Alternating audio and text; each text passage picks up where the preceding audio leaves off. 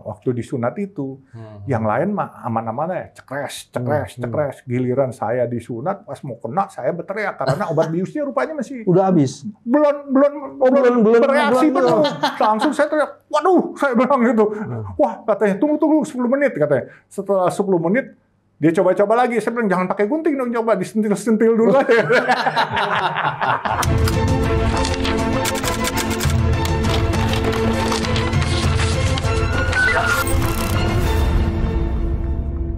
Bismillahirrahmanirrahim. Assalamualaikum warahmatullahi wabarakatuh. Waalaikumsalam. Salam integritas. Alhamdulillah kembali berbincang di podcast ini. Sebelum memulai, saya akan sampaikan bahwa saya hari ini pakai baju dari Emil Dassari. Ini untuk yang laki-lakinya, NB Strive Indonesia. Pak Bibi. Keren nih Pak. Nanti Pak Bibi coba ya. Oh, gagah.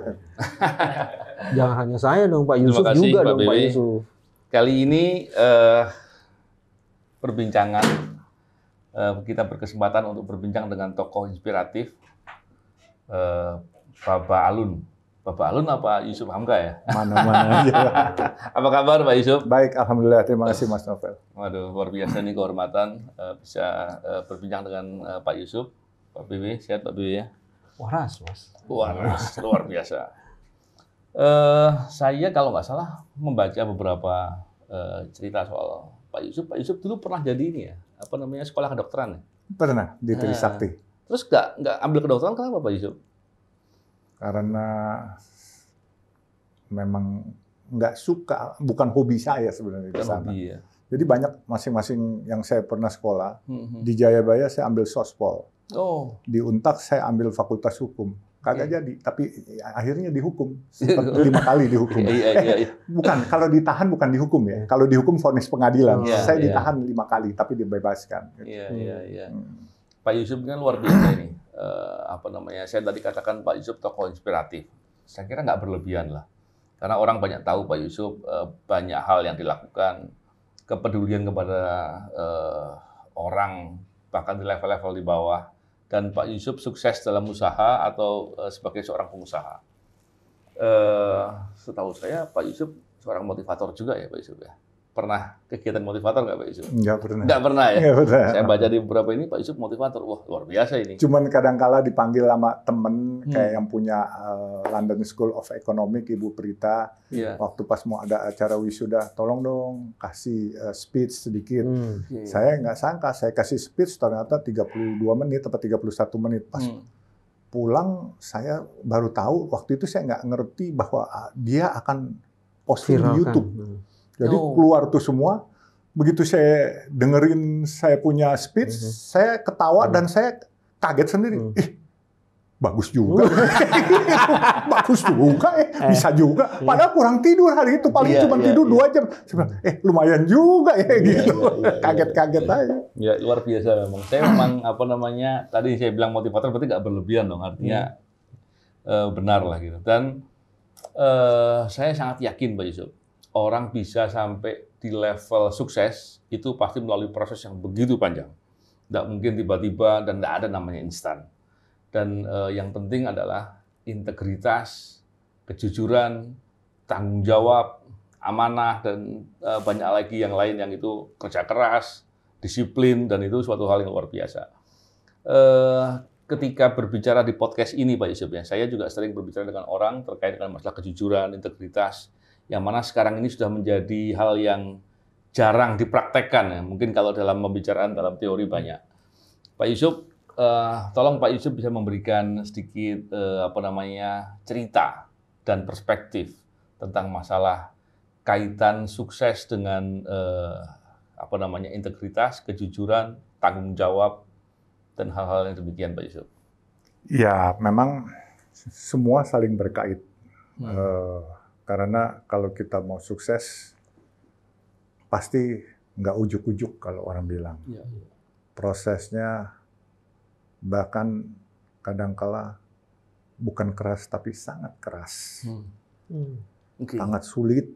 Ya kan? Dan itu pun pada saat itu kita nggak tahu sukses apa enggak ya nantinya. sia-sia apa enggak ya kerja keras kita. Tapi ya dilakonin aja pelan-pelan. Toh kita percaya ada Gusti Allah yang bimbing kalau kita niatnya waktu ini baik, pasti semua itu. Ya saya enggak langsung ujuk-ujuk bisa jadi hari ini. Ya naik turun terus naik lagi, ya sudah biasa. Kejeblos juga. Kejeblos juga dan berkali-kali. Cuman ya orang bilang kalau dulu kalau nggak salah ada kata-kata ontak buta aja nggak masuk lubang yang sama 2 kali gitu. Nah, kita pakai itu dong, jangan kejeblos pada hal yang sama. Gitu. Saya banyak hal-hal yang menempa saya dan membuat saya hari ini adalah karena kebaikan orang lah. Ya, pasti kebaikan Tuhan melalui orang-orang yang baik juga. Jadi semacam kayak saya sempat waktu itu hidup di tengah hutan Kalimantan Timur di Kecamatan Damai. Saya ada base camp, saya kerja kayu di situ. Saya waktu itu sebagai manajer. Tempat tidur saya cuman balek, papan, tikar, dan nggak ada kasur. Ada kelambu. Terus tempat bantal saya nggak ada bantal, saya pakai traveling bag saya yang buat itu tidur situ. Jadi lampu dulu kalau ada genset pakai genset, kalau nggak pakai Strongking Patromak, Patromak gitu. Ya memang rajin sih harus ya kalau mau sukses. Soal berhasil atau tidaknya ya selain kita amanah, jujur dan ada ridho Allah, ridho orang tua itu pasti bisa terjadi. Dan menurut saya, Mas Novel, bicara kata sukses itu, saya sendiri nggak berasa saya sukses. Saya kadang-kala masih bingung, saya apa udah sukses atau belum, saya juga nggak ngerti. Nah, pada saat saya kerja, saya berpikir manusia itu cari uang itu lebih mudah daripada mengeluarkan uangnya. Itu mungkin awal sesuatu yang menentukan kita. Saya cari uang, misalnya saya untung 10. Saya nggak berani keluarin 5 pun nggak berani. Saya keluarin paling 1 buat ini. Yang lain saya kumpulin. Saya selalu prepare. Kalau worst come to the worst, ada kejadian jelek, saya harus bisa sustain. Saya nggak mau ke bawah lagi. Tapi kadang-kala pun, yang kita sudah prepare begitu, anjlok kejeblos, ya kita harus prepare lagi. Jadi banyak hal yang saya alami. Saya ingat saya waktu itu begitu percaya kepada seorang teman. Waktu itu tahun 97, menjelang 98 itu. Itu waktu itu dolar masih di-peg. Saya ngambil posisi falas. Dan saya sebelumnya main falas dari tahun 80-an. Saya main falas, iseng-iseng lah. Gitu. Terus rupanya cukup banyak saya hasilkan. Waktu itu kelihatan IMF memaksa mantan Presiden Soeharto. Terus saya tanya sama orang-orang yang dekat kepada putra-putri Presiden Soeharto. Ini bagaimana? Nggak mungkin Soeharto mau didikte katanya. Nggak mungkin akan dilepas dolarnya. Pasti di-peg katanya. Saya ambil posisi rupiah. Rasa bangga saya akan rupiah kan nggak mungkin nih rupiah bisa hancur. Pegang. 3 hari kemudian dilepas sama Pak Harto, dolar yang tadinya 2.000 lebih, lari. Saya di cut loss, dang semua ya. Keuntungan puluhan tahun diambil balik. Jadi orang bilang uang setan kemakan jin itu. Tapi ya, it happened already. Nah, jadi saya kaget. Di situ saya cuma berasa begitu. Luar biasa, saya merasa gini, ya Allah, sepintar apapun aku, ternyata ada kekuasaanmu yang lebih besar.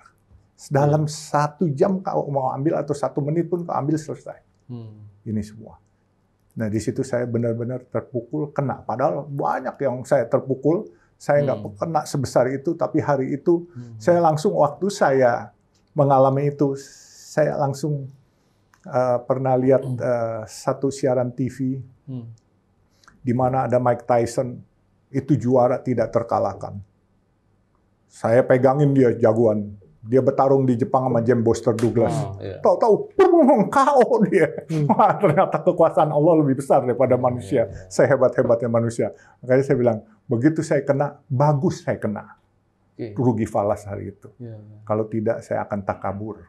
Saya akan sombong. Ya, karena saya semua serba bisa. Nah, begitu kena, saya langsung kaget. 2 minggu saya ngelamun, sampai ileran, nggak bisa ini, mikir tuh, bengong aja. Sampai nggak makan nasi, makan paling saya dikasih pepaya. Dulu saya masih ngerokok. Saya ngerokok sampai istri saya nangis. Sudahlah Pak, nanti kita kerja sama-sama. Habis semua kita. Saya juga ikut kerja lagi. Saya bilang, nggak usah. Saya minta maaf, saya bilang. Ya, kita hidup prihatin aja dulu. Itu was 97, 98. Ya kan? Tapi saya selalu, istri saya ingetin, sholat Pak, jamnya sholat. Saya gelar sejadah.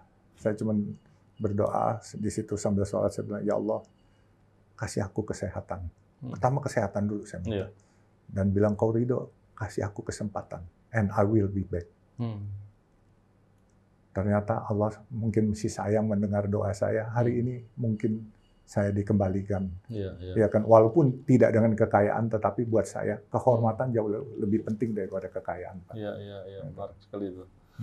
Orang banyak yang nggak tahu Babah Alun ini tukang pancing. Oh gitu. Betul nggak sih? Pernah mancing. Kalau menurut saya tukang pancing. Pancing apa tuh? Pancing keberuntungan. Pancing keberuntungan. Karena apa? Di setiap proses yang dialaminya selalu ada hikmah yang dilihat. Dan itu adalah umpannya. Kalau dilihat lagi, Mas Novel, ada warna kehidupan yang mungkin nggak semua orang bisa seperti Bang Yusuf ini, yang kemudian itu membuat rekam jejaknya itu komplit. Satu misalnya, sebelum memeluk Islam, agamanya beliau juga udah ada yang lain-lain kan. Pernah Kristen dan pernah Konghucu juga. Enggak, Buddha. Satu-satunya yang membedakan Mas Novel dan Bang Yusuf, Mas Novel dari dulu cuma Islam doang. Yusuf tidak. Jadi Buddha, jadi dia pernah mengalami diversifikasi itu. Mas Novel sama Mas Bambang nggak pernah jadi non-Muslim. Kalau saya kan pernah. Nah itu makanya yang membedakan itu tiga dia pernah mengalami itu. Jadi belajarnya kita baru sekali aja belajarnya banyak. Ketika masih kecil umur 14 tahun, teman-teman Buddha dan Kristen tidak disunat, Bang Yusuf udah kepengen disunat pada saat itu. Belum beralih agama, tapi udah kepengen sunat. Saya juga nggak tahu maksudnya apa. Dan umur 17 saya disunat. Nah, belum Muslim. Nah, tapi hidayah itu sudah mulai kelihatan gitu loh. Mungkin itu yang mesti diceritain. Mas satu lagi nih, Pak Yusuf, saya dari 3 ya. Satu lagi nih, Pak Yusuf itu pernah hidup, memang dari dulu hidupnya di perkampungan Muslim. Dan selalu ada masalah dalam perkampungan Muslim itu, toaknya gede banget suaranya gitu. Dan suatu ketika ibunya lagi sakit, sakit keras, toaknya keras juga gitu kan. Tapi dengan keberaniannya karena memang berkomunikasi, meminta supaya toaknya itu dikecilin ya. Betul. Malah dimatiin. Nah, dia cuma minta 3 hari. Tapi atas toleransi yang luar biasa, akhirnya nggak 3 hari, 7 hari. Nah, proses itu kan sesuatu, Mas Novel. Nah, saya ingin dengar bagaimana proses yang 3 hal tadi itu membentuk seseorang yang namanya Yusuf Amka, yang juga disebut Babah Alun. Ingetin saya ya, yang satu dulu yang saya ingat yang soal toah. Saya waktu itu belum Muslim. Saya tinggal di Pintu Besi 1 di Jakarta Pusat. Rumah saya di dalam gang, ya masuk mobil sih, cuman di situ kampung. Itu hari ibu saya sakit. Tapi saya biasa kan di depan rumah saya itu masjid. Tapi biasa kan kita saling sapa, saling kenal. Akhirnya saya memberanikan diri. Saya bilang, Pak Kiai, saya manggilnya Kiai. Pokoknya dulu orang berpeci aja Kiai pokoknya gitu kan. Saya bilang, boleh nggak saya minta izin, jangan marah, jangan tersinggung. Kenapa? Ibu saya sakit, speakernya ke rumah saya begitu. Kasihan kalau pagi mereka ini. Dan bukan azan aja yang mengganggu. waktu itu bulan puasa kali, dan sehingga orang habis tarawehan malam, terus kadangkala anak-anak suka mainin mic, kadangkala sendal hilang aja diteriakin di mic itu, di toa itu, sendal hilang, siapa yang ngambil, ada ketemu apa, nah, itu akhirnya mereka, menurut saya dakwah yang mereka lakukan, nggak usah khawatir katanya. Saya nyalakan speaker dalam aja, speaker luarnya saya matiin. Dan minta 3 hari, dikasih 7 hari. Sampai ibu saya berangsur sembuh. Padahal saya bilang, nanti saya pindahin ibu saya ke rumah kakak saya bilang gitu. Saya bilang, nggak usah. Katanya. Nah ini menurut saya, Islam itu harus berdakwah dengan begini. Betul. Kalau dengan keras, siapa yang berani masuk Islam? Betul. Nah itulah salah satu yang menarik saya. Ternyata toleran ya, saya bilang. Akhirnya menimbulkan saya kepengen tahu, mencari tahu apa Islam. Ya, kayak orang begini, Mas, orang kan nggak akan baca Al-Quran kita atau Alkitab kita, dia akan lihat perilaku kita dulu. Kalau perilakunya baik, siapa nih orang? Oh, ini seorang Muslim. Apa sih Muslim itu? Baca Muslim. Oh, lihat Al-Quran itu apa? Baru dia tertarik.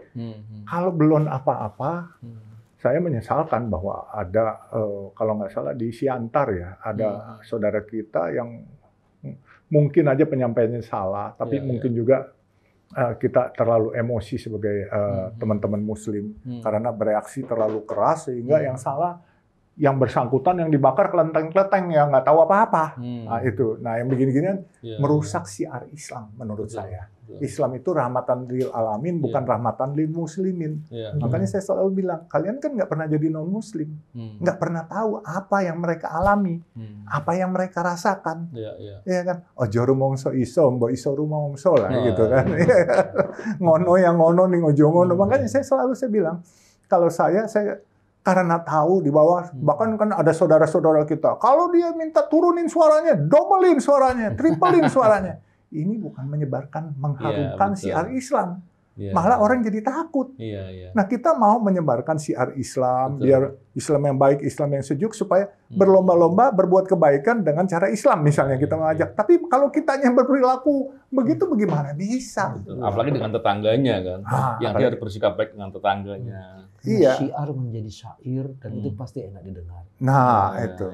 Dan apalagi Mas Novel yang ngajarin saya, lupa nih Mas Novel. Saya pernah dengar dari Wakil Ketua Umum PBNU itu periodenya siapa? Sekarang yang sekarang. Gitu. Jadi dia bilang begini, itu ada pesan Rasulullah katanya.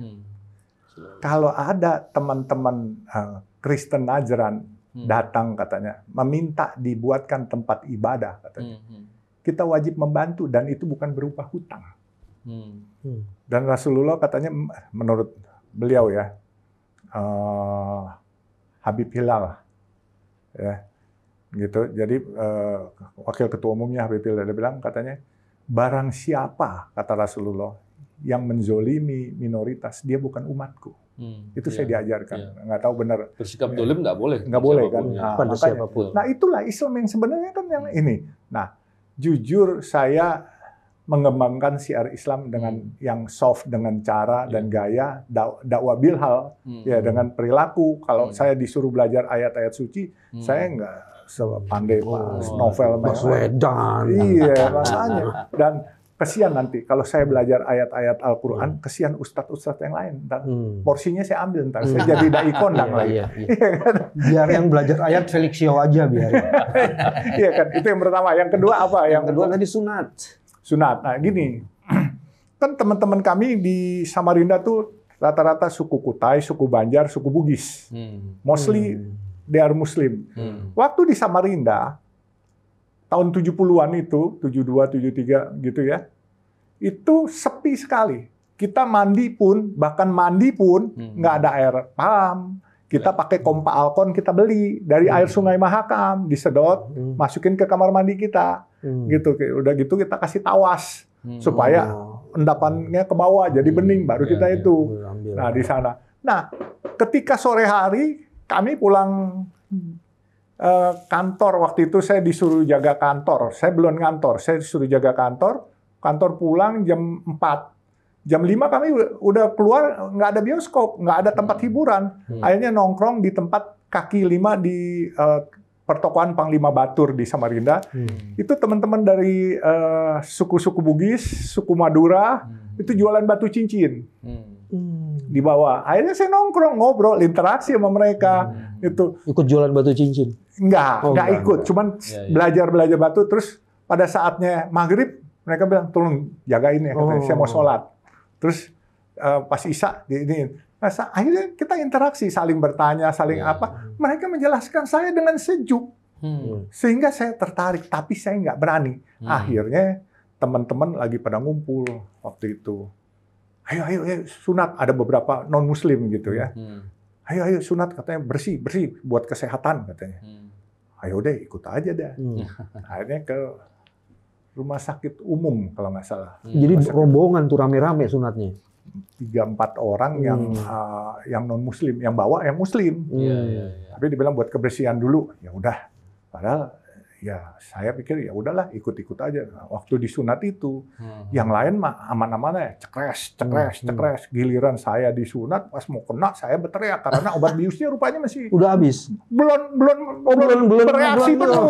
Langsung saya teriak, waduh, saya bilang gitu. Wah, katanya tunggu 10 menit katanya. Setelah 10 menit dia coba-coba lagi, saya bilang jangan pakai gunting dong, coba disentil-sentil dulu aja. Begitu dia sentil aman, dia langsung keras. Padahal umur 17 tahun dia. 17 tahun. Jadi itu masalahnya Mas, karena tebel Mas. Disuntik cuma luarnya doang. Masalah umur berapa disunat? Berapa ya? Jangan-jangan 17 tahun. Enggak, 5 tahun kali. Ya, mungkin saya 7 tahun. 7 tahun. Dia belum tebel, kalau yang Pak Yusuf udah tebel. Tebel dosanya. Pak Yusuf. Enggak, kulitnya tebel. Pak Yusuf ini kan beberapa pemberitaan saya lihat tuh ya. Pak Yusuf kepedulian dengan masyarakat atau orang-orang ekonomi lemah. Di antaranya bikin warung murah ya. Dan itu bukan sekedar Pak Yusuf cuma memberi aja, tapi Pak Yusuf menggerakkan orang untuk ikut terlibat.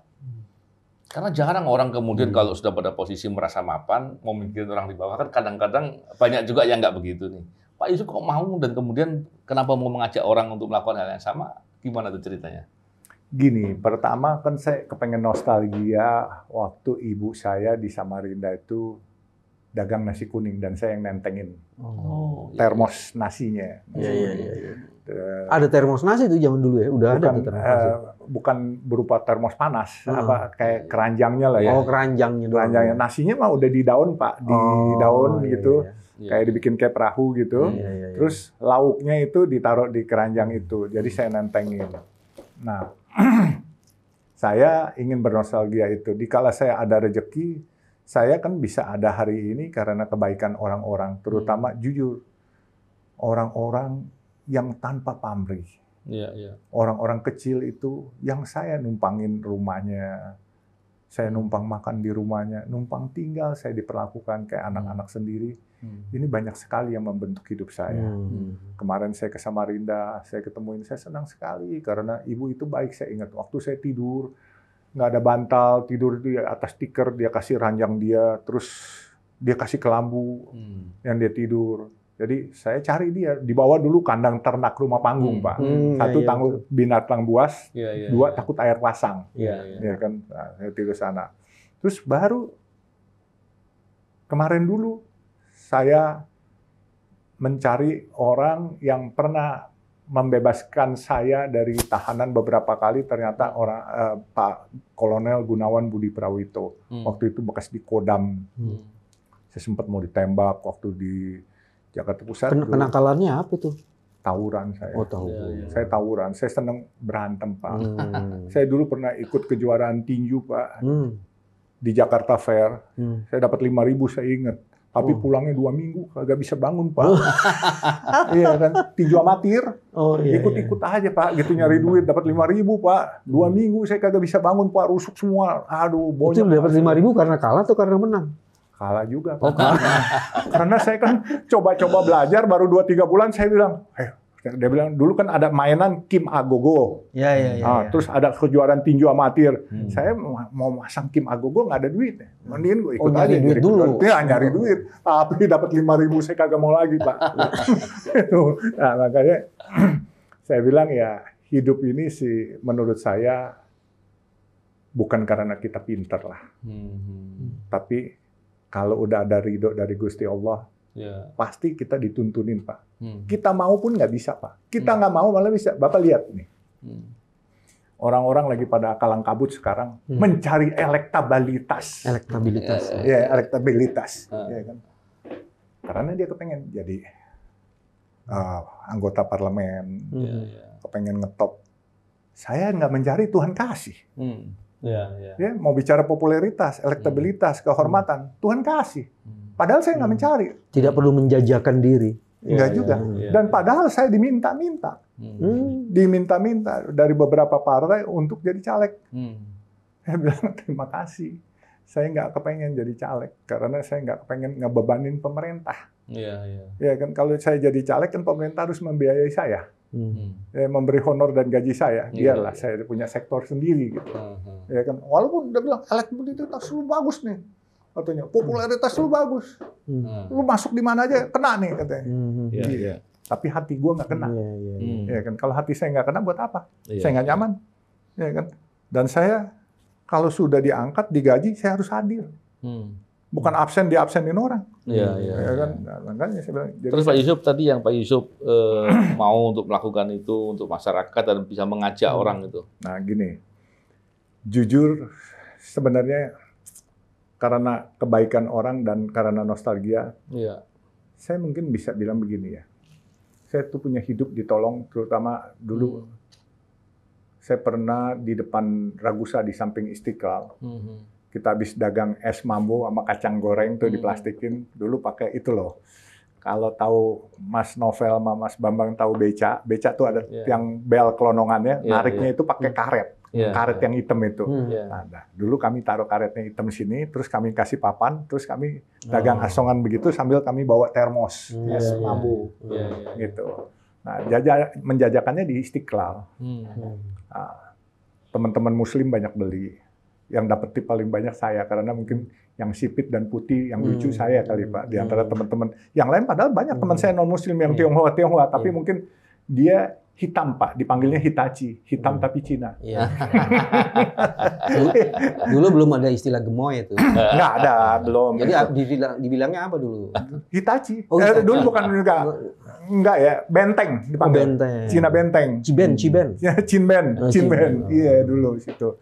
Nah, saya akhirnya dapat duit banyak, kita berenang di kali samping itu Istiqlal. Iya, itu Kali Ciliwung. Tahu-tahu teman yang dagang sama-sama nggak dapat banyak, dia mau minjem ban. Saya bilang, ntar dulu. Saya kan nggak bisa berenang. Saya pikir, ini dia dorong saya. Dan saya hampir bawa ke pintu air. Oh, yang di sana tuh Pasar Baru. Iya. Itu. Akhirnya tukang semir lompat dari atas. Nolongin saya. Terus saya bilang, nih, duit saya jualan. Enggak. Kita berteman. Namanya si Jabir. Saya masih ingat namanya Jabir. Dan setelah itu mereka berinteraksi. Dia main sama saya. Mungkin sebulan atau 3 bulan. Terus hilang. Dia begitu aja. Dan saya percaya itu pertolongan pasti itu Gusti Allah. Jangan malaikat tuh dia Jabir tuh. Iya kan, jadi saya diselamatkan. Nah, kemudian saya juga banyak Pak ditolong orang. Saya ditangkap waktu tahun 74 kena jam malam waktu malari. 74 malari. tuh. Ya 74. Saya di Gajah Mada, saya kena jam malam, tangkap sekali. Terus tahun 78 saya kena di Palangkaraya. Saya lagi ngurus kayu, saya laporin kepada Pak Polisi bahwa ada pencurian kayu. Terus saya baik sama Pak Kapolresnya, tapi rupanya orang yang saya laporin ini bermain dengan Kapolwilnya. Waktu itu Kapolwil, ditangkaplah saya. Waktu itu Kapolwilnya namanya Kolonel Harsono. Diinterogasi saya, diintimidasi. 21 hari saya ditahan. Ya, tanpa dikirim ke pengadilan. Jadi diintimidasi saya. Ya, dulu belum ada KUHP juga ya. Belum. Nah, terus saya rupanya waktu itu Poldanya di Kalsel. Nah, cuman saya waktu itu pas mau ke Jakarta, saya bicara sama Irdak. Di Komdak punya inspektur ya, Irdak ya dulu ya. Kolonel Hayat kalau nggak salah. Saya bilang, Pak, saya minta izin dong. Ya udah lu ke Banjarmasin aja katanya, suruh pengawal lu. Kok saya dikawal. Pengawalnya dibilangin, udah lu diam aja sini. Ini berangkat pulang 2 hari ke Jakarta. Saya dibantu. Jadi intinya karena Pak Yusuf sering dibantu orang, maka Pak Yusuf juga ingin melakukan hal yang sama dengan orang-orang di level bawah sekalipun ya, untuk membantu juga. Gitu. Bukan ya, itu aja.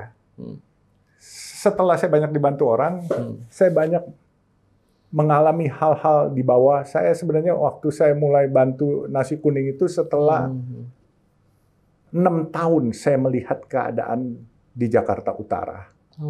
Satu hari saya masuk pertama di jalan tol itu 2012 untuk jadi pengurus sebagai dirut. Dilaporkan kepada saya bahwa itu tiang jalan tol itu besinya dikorek oleh orang, mau diambil untuk dijual. Biasalah saudara-saudara kita yang pemain besi itu. Saya kepengen tahu besi itu apa sih? Sebagai dirut saya tanggung jawab. Jalan di Warakas Papangu nggak bisa masuk waktu itu kendaraan umum. Akhirnya saya dari atas jalan tol, mereka menyiapkan tangga bambu, 2 tangga diikat. Saya turun ke bawah. Saya turun ke bawah, saya lihat tumpukan sampah, laler di mana-mana. Ada asap bekas bakaran sampah, itu mesti ini. Terus tanah merah. Adik-adik kita dengan penuh laler lagi main PlayStation yang didorong di gerobak. Orang pakai aki hidupinnya, TV-nya, terus nyewain PlayStation 1.000 satu kali main. Dan itu tidak higienis sekali. Terus saya melihat, kesian amat ya di kota metropolitan kok masih ada orang yang termarginalkan seperti ini gitu. Bagaimana higienisnya mereka begini, dan masa depan bangsa kita akan jadi apa kalau begini. Dan itu daerah itu adalah daerah begal, daerah prostitusi, pokoknya semua pencoleng-pencoleng yang lari habis ngejamret dari atas masuknya ke situ. Dan saya masuk, saya sendiri sama anak saya malah. Anak saya itu, aduh kalau jatuh saya dimarahin, Pak, itu 12 meter itu Pak, turun situ dari atas jalan tol itu saya turun ke kampung. Nah saya lihat dan saya terus berdoa, ya Allah, kalau Engkau izinkan, satu hari nanti aku akan bikin bagus kolong tol ini, ya, dan aku akan terus mengharumkan namamu. Ternyata saya mulai 6 tahun itu sampai 2018 saya kasih buka puasa untuk 1.000 orang setiap bulan, setiap hari itu waktu bulan puasa. Kasih gratis, saya kasih. Saya gratis, terus 2017 saya mulai minta bangun itu masjid gede di kolong tol. Orang bilang, kok di kolong tol harus yang yang kelihatan dong, biar keren, biar mega. Saya bukan cari kerennya. Saya bukan cari meganya. Saya butuh masjid dibikin di sana buat tempat orang beribadah, karena ini tempat maksiat dulu di bawah sana. Ya, tempat begal-begal pada ngumpul. Satu itu. Kedua, saya mau minta halaman yang gede, saya bilang. Buat apa? Adik-adik kita yang termarginalkan biar bisa ikut main di sana. Nah, terus akhirnya bangunlah di situ sampai ada seorang pengurus BPJT waktu itu. Pengurus jalan tol ya? Pengurus jalan tol. Itu yang sekarang jadi sekda di Sulawesi kalau nggak salah, siapa namanya, dia bilang. Waktu itu dia kasih testimoni di Cikini yang ada acara apa sih, tempat kesenian di Cikini itu. Tim. Dia bilang hanya orang gila yang punya ide gila bikin masjid di kolong tol. Saya bilang saya memang orang gila, tapi saya walaupun gila, hati saya waras terhadap saudara-saudara kita. Waras. Kewarasan itu penting. Kewarasan itu penting. Nah, saya bangunlah. Bangun pun Pak, yang ganggu bukan orang luar, orang sana sendiri. Menolak Pak. Menolaknya bukan apa-apa, mau malak kita. Dipersulit, jadi bahan bangunannya dibawa pelan-pelan semua, dibersihinnya semua. Itu terus mau minta surat pasang PLN dipersulit. minta air pump, dipersulit. Akhirnya kita pakai tangki. Kita semua kita layanin. Akhirnya Pak, jadi itu tempat.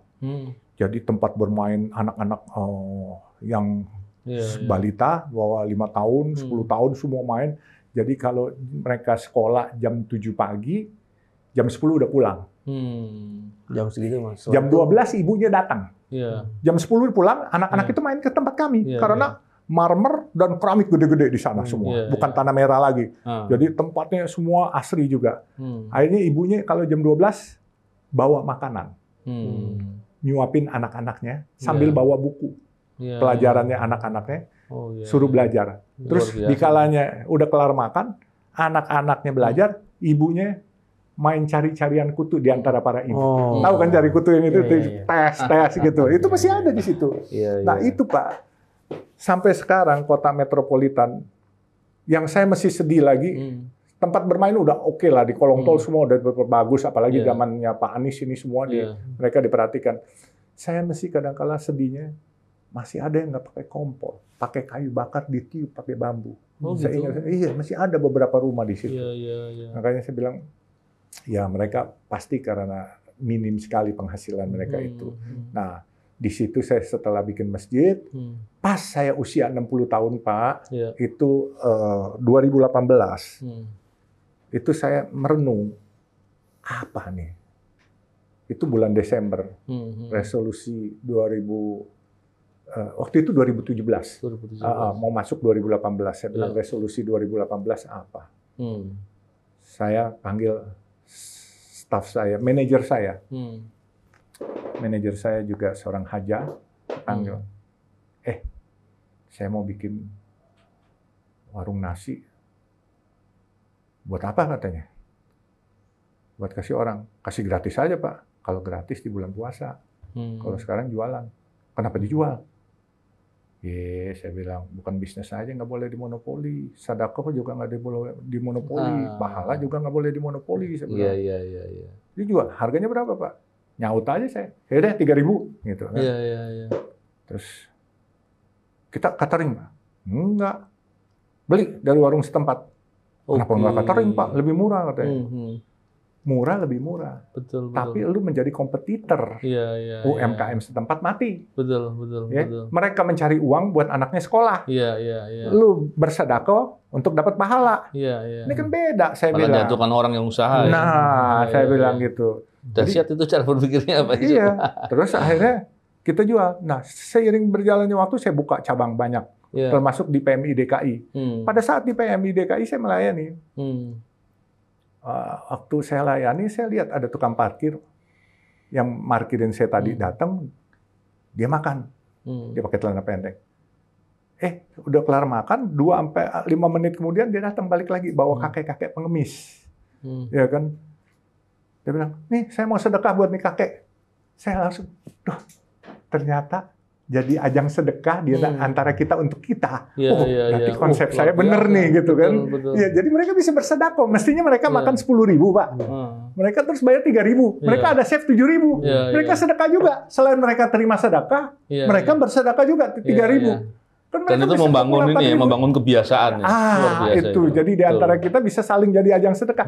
Dan yang luar biasa hebat sekarang Pak, warung nasi kuning kita selain ada di Taman Suropati, itu jam 11 itu ya. Terus di Sunter, terus di masjid saya yang di Sentul Bogor, di situ. Ada di Cianjur, 1, 2, 3, akan 4 Jumat ini. Jadi gini Pak, kalau kami sebagai Muslim, memberi makan yang Muslim, menurut kami bukan hebat, biasa. Tapi kalau yang Muslim melayani saudara-saudara Muslim, ini jauh lebih hebat dari kami. Saudara non-Muslim. Non-Muslim. Tapi mereka juga makanannya beli dari UMKM yang dijamin halal. UMKM-nya disuruh nungguin. Jadi mula-mula Oh gitu polanya. Jadi UMKM itu nungguin sendiri. Nungguin supaya bukan gini. Kalau mereka non Muslim, nanti kalau ada yang provokator, ini barangnya ada babinya, kesian digebukin kan nih orang. Kan? Kalau ada yang Muslimnya, yang warungnya, dia yang bertanggung jawab. Kalau orang sakit perut juga dia bertanggung jawab.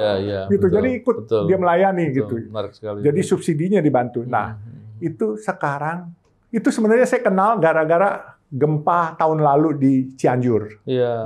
Saya datangi sana, saya ke 6 desa, terus ada teman-teman Tionghoa di sana, yang rumahnya kena semua, saya datengin. Akhirnya jadi teman. Jadi teman dia bilang dia mau mengadopsi nasi kuning itu di jalan di Jalan Mangunsarkoro 108 kali, ya kan, di toko Borobudur. Mulailah dia.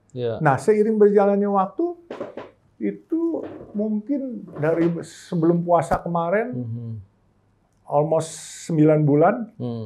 Terus ada kelenteng di sana yang melihat polanya itu, dia nanya.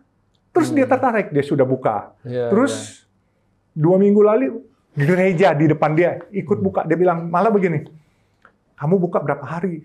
Oh saya cuma 5 hari dalam seminggu. Yang 2 hari buat saya ya, yang 3 hari kamu jangan buka, saya yang buka. Tanya ke saya, kasih, saya bilang.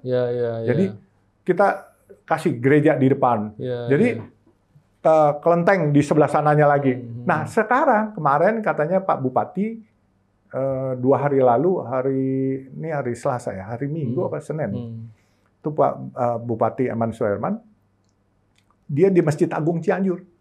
Dia bilang mulai Jumat jam 5 pagi dia akan memberikan 1.000 porsi untuk yang sholat berjamaah di masjid sana, nasi uduk, dan beli dari UMKM sana.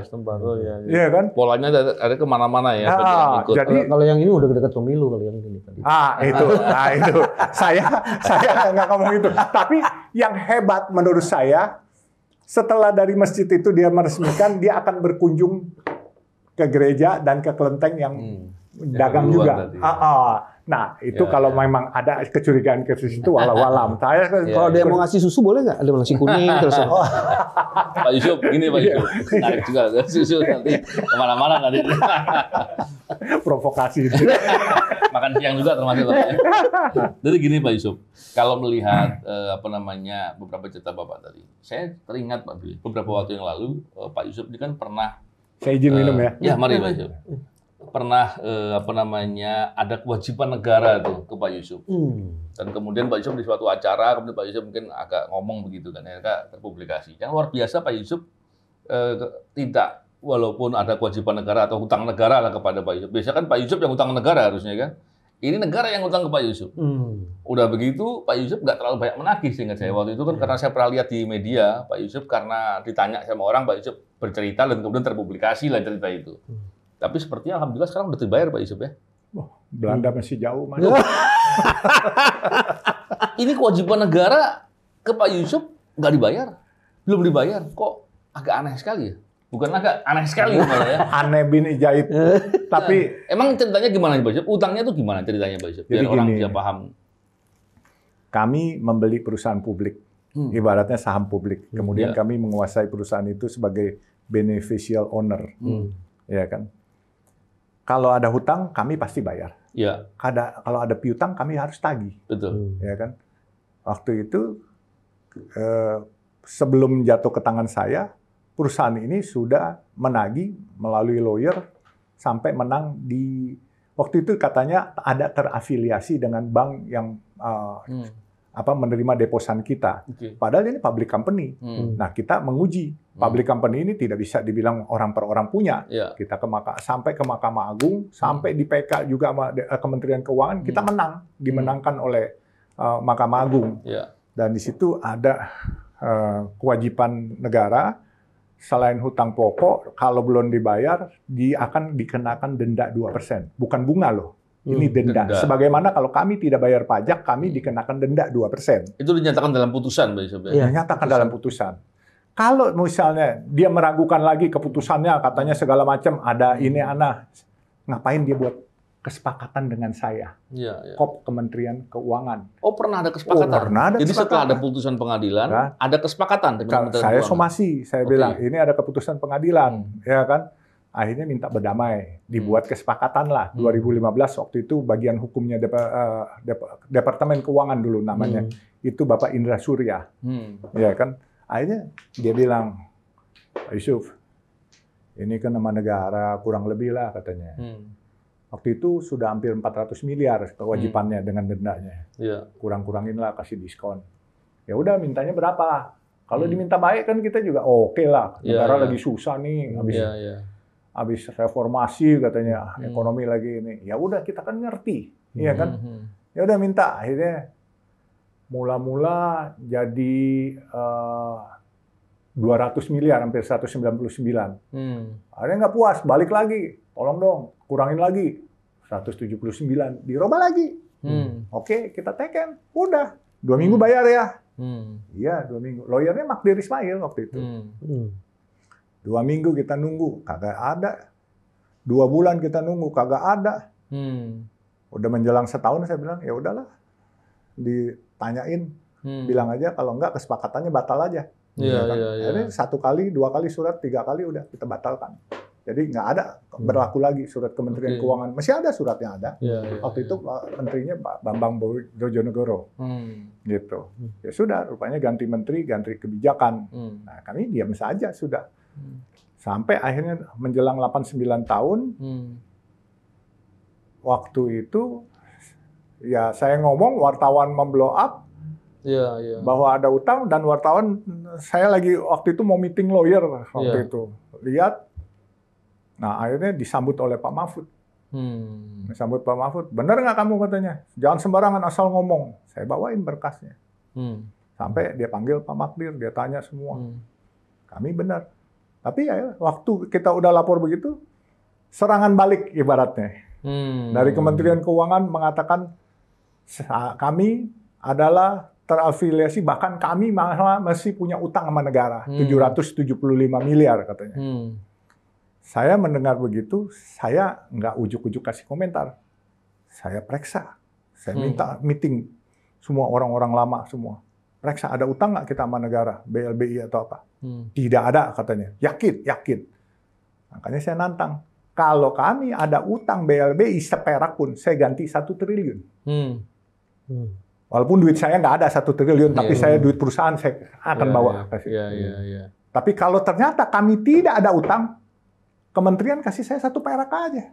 Mudah kan? Seperak lawan 1 triliun, siapa yang nggak mau sih? Akhirnya apa? Minta maaf kan ujungnya. Minta maaf. Ya, tapi sudah. nggak bayar juga yang seperaknya?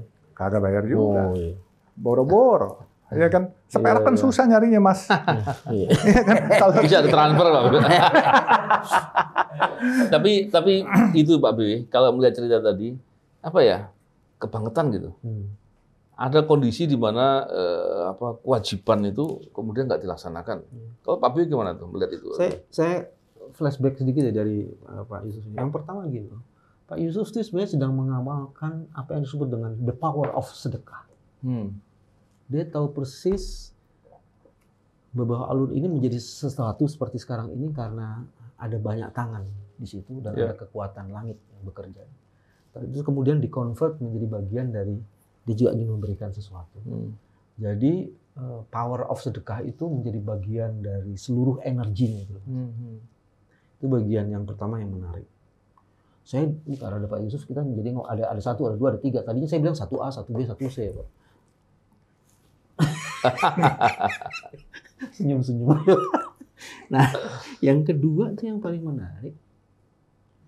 Konversi itu dilakukan juga dengan membangun kayak membuat tenun gitu, Mas. Masjid itu adalah paduan dari budaya Tionghoa, ada budaya Betawinya juga di situ. Dan ada budaya Arab Timurnya. Gitu loh. Jadi dia sebenarnya bukan sekedar menggunakan the power of sedekah, tapi dia membentuk sesuatu yang akan menjadi contoh. Dan disitulah nilai sedekah itu mengalami yang namanya sustainability itu. nasi kuning itu ternyata dia bikin kuningisasi di mana-mana. Melalui nasi kuning kan. Bajunya aja kuning. Padi yang enak dimakan yang hijau atau yang kuning? Kuning. Berarti udah matang ya. Daun yang enak dimakan daun yang hijau apa yang kuning? Daun singkong. Tergantung. Jadi artinya Pak Yusuf itu mencoba menggunakan memberi identitas baru dan memberi corak baru yang itu kemudian menjadi bagian dari proses pembelajaran. Orang terus, jadi itu yang tadi Mas Novel dari awal ngomong inspiratif itu menjadi sesuatu. Nah itu yang nomor 2 yang paling menarik. Terus nomor 3 yang paling menarik bahwa setiap sikap dan perilakunya itu diterjemahkan secara kayak walk the talk gitu Mas. Talk the walk itu artinya iyalah kalau lu bayar, lu punya utang lu bayar, kalau gua punya utang gua bayar. Cuman melakukannya itu dengan polite, dengan humble. Ini kebayang kan kalau yang punya utang tuh misalnya kita nih Mas. Lo nggak bayar, gua su lo. Tapi udah sunya kan udah selesai. Jadi lagi-lagi sebenarnya dimasukkan unsur adab di situ Mas. Karena sesuatu yang berbeda itu karena ada adab di situ. Rasulullah dihadirkan karena ada akhlak dan itu tercermin dalam adab. Dan Pak Yusuf mencoba menerjemahkan itu. Saya sok keren aja Pak, sebenarnya saya nggak cuma lihat kayak gitu yang keren Pak Yusuf. Saya cuma coba. Dan yang luar biasa tadi Pak Yusuf, saya tadi kan dari awal menyimak penyampaian Pak Yusuf soal bagaimana menghadapi permasalahan. Orang seringkali menghadapi permasalahan yang sulit, kemudian dia lemah, justru malah mengambil respon yang jelek. Tapi menghadapi situasi yang sulit, respon positif yang dilakukan justru menjadi hikmah, menjadi kekuatan. Ini yang dahsyat. Dan walaupun tembus keleleran, ininya lidahnya seperti ini. 2 minggu. Itu proses. Tapi dia terus bangkit gitu loh. Akhirnya putusannya diambil dengan respon positif kan gitu Pak Yusuf. Itu pun pasti ada dorongan Gusti Allah. Pasti ada rahasia Allah yang mendorong saya untuk saya kembali, comeback. Dan saya kemarin waktu saya dipanggil, saya pikir bahwa ada perundingan yang bagus soal ini ya. Tahu-tahu sudah disepakati harga dengan denda 37,5%, yaitu 179 miliar. Ini mau dibalik. Dia bilang, enggak, maunya dibayar pokoknya aja 78 miliar. Wih, mundur dong gitu. Saya cuma menjadi pendengar yang baik, walaupun saya dalam hati kepengen ngomong. Kalau saya bayar pajak saya begitu boleh nggak ya gitu. Tapi saya nggak terucap juga ya. Sudah saya ditanya waktu keluar kan saya udah mau jalan tahu-tahu dicegat wartawan. Tanya gimana? Saya bilang enggak. Terus pembicaranya apa? Ya dia bilang kalau negara nggak bisa bayar bisa apa? Ya bisa apa? Saya warga negara. Kalau situ kan negara nggak bisa apa-apa. Paling ngadu sama Gusti Allah ya kan. Udah gitu aja saya bilang. Nah cuman ya masa sih negara ya tega banget ya sama kita ya, padahal kita kan juga uangnya bukan buat foya-foya gitu kan, uangnya juga buat kerja gitu, dan ini kan duit public company kita nih pemegang sahamnya 1 juta umat nih ibaratnya public company. Cuman ya kalau diminta itu bayar pokok, saya bilang sama teman-teman direksi, udah saya bilang kalau negara memang benar-benar sulit, negara dalam keadaan bangkrut dan tidak mampu, kita sumbangkan. Tapi kalau negara masih mampu, kita anggap aja itu deposito kita terhadap negara, dan sampai kapanpun 2% itu tidak akan bisa hilang, karena itu keputusan Mahkamah Agung PK loh, keputusan PK.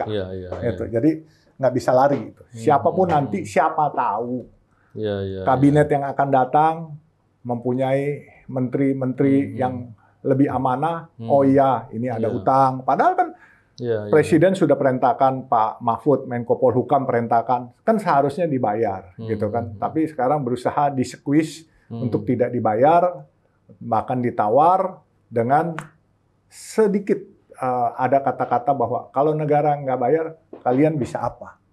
Itu. Tapi yang saya hormat, saya senang pembicaraan Pak Mahfud kemarin di Arya Duta kalau nggak salah, setelah saya bertemu tanggal 13 apa 14 kemudian Pak Mahfud dengan wartawan, secara eksplisit Pak Mahfud mengatakan pejabat negara yang sewenang-wenang mengakibatkan negara dirugikan karena beban denda ini ada aturan hukum tersendiri, kata Pak Mahfud. Ya, Saya baca beritanya, baca kan ya. Ya. Nah, saya nggak ngerti, Bapak orang hukum, kira-kira apa itu maksudnya, Pak?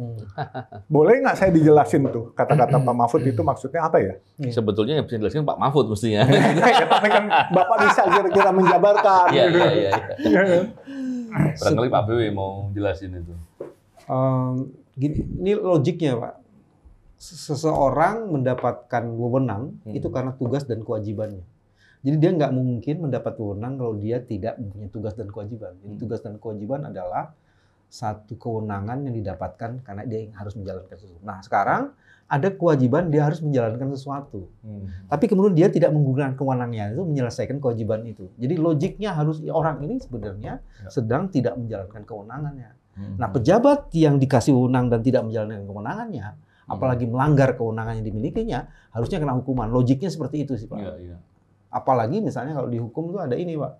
Kalau ada penegak hukum, terus dia justru melakukan pelanggaran hukum, itu hukumannya ditambah 1/3, Pak. Gitu, Pak. Harusnya kan dia menyelesaikan hukum, bukan membuat perbuatan melawan hukum. Dan itu dihukum jelas seperti karena logik Pak Mahfud itu ada di situ. Dugaan saya seperti itu.